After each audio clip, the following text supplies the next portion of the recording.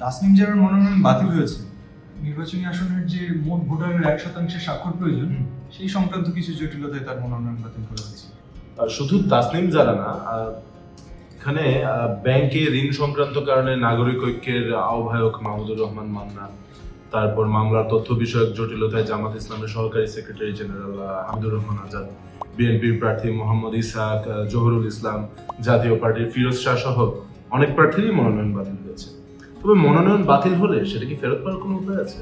হ্যাঁ, বাংলাদেশ সংবিধানে নির্বাচন সংক্রান্ত যতগুলো আইন আছে, তার মধ্যে নির্বাচন পরিচালনা সংক্রান্ত যতগুলো আইন আছে সেগুলোকে বলে আরপিও। এটা প্রণয়ন করা হয়েছিল 1972 সালে। পরবর্তীতে বিভিন্ন সময় বিভিন্ন রকম সংশোধন আনা হয়েছে এবং শেষবার সংশোধন আনা হয়েছিল 2023 সালে। এতে বলা আছে কিভাবে একজন প্রার্থীর মনোনয়ন বাতিল হতে পারে এবং কিভাবে তা ফেরত পেতে পারে।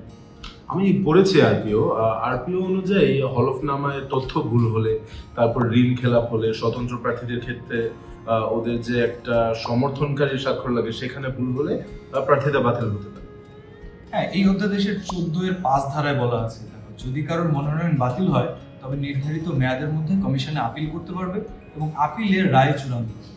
এই আপিলের রায় প্রার্থীদের পক্ষে না গেলে কিন্তু তারা আদালতেও যেতে পারে। ওই যে 2023 সালে হিরো আলমের প্রার্থিতা বাতিল করলো কমিশন, তারপরে কিন্তু আদালতের রায় এসে আবার সেটা ফেরত দিয়েছে। হ্যাঁ, হিরো আলমের ক্ষেত্রেও 1% স্বাক্ষরের যে নিয়ম, সেখানে ভুল দেখিয়ে তার মনোনয়ন বাতিল করা হয়েছে।